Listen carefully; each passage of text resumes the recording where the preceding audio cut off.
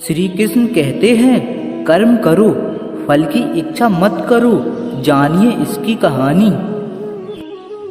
एक राजा था जो अपनी प्रजा का बहुत ख्याल रखता था। वह अपनी प्रजा के बीच जाता और उनकी समस्याओं को सुनता था। वह कोशिश करता था कि वह उनकी समस्याओं को दूर कर सके।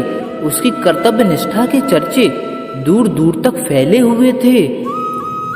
एक बार राजा अपने राज्य में भ्रमण करने के लिए निकले हुए थे, तब उनके कुर्ते का एक बटन टूट गया। यह देख राजा ने अपने मंत्री को तुरंत बुलाया और उसे आदेश दिया कि वो गांव के एक अच्छे दर्जी को बुला लाए जो उसके कुर्ते का बटन लगा दे। यह सुन मंत्री ने गांव में दर्जी की खोज शुरू कर दी।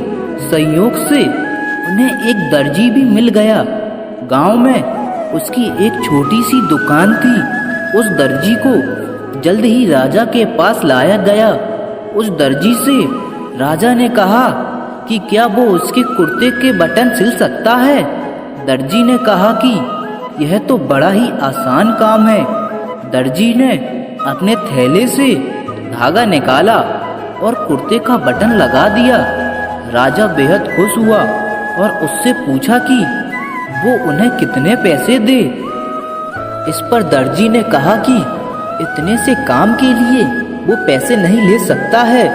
इस पर राजा ने कहा कि वो इसकी कीमत जरूर देंगे।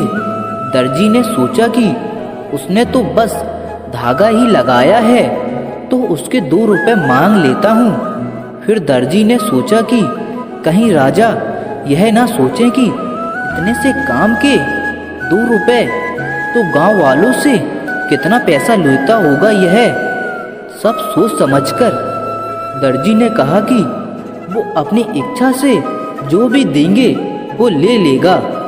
यह सुन राजा ने अपनी हैसियत के मुताबिक उसे 2 गांव देने का फैसला किया।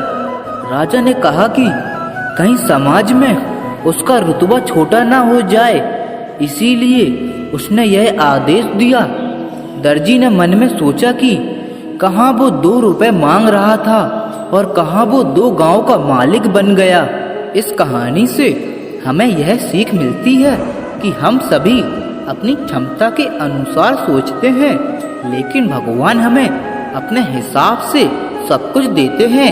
हम छोटा मांगते हैं और कई बार भगवान हमें उनके देने की क्षमता के आधार पर कुछ अच्छा और कुछ बड़ा देते हैं। इसीलिए गीता में श्री कृष्ण ने भी कहा कि कर्म करो, फल की इच्छा मत करो, और यही इस कहानी का सार भी है।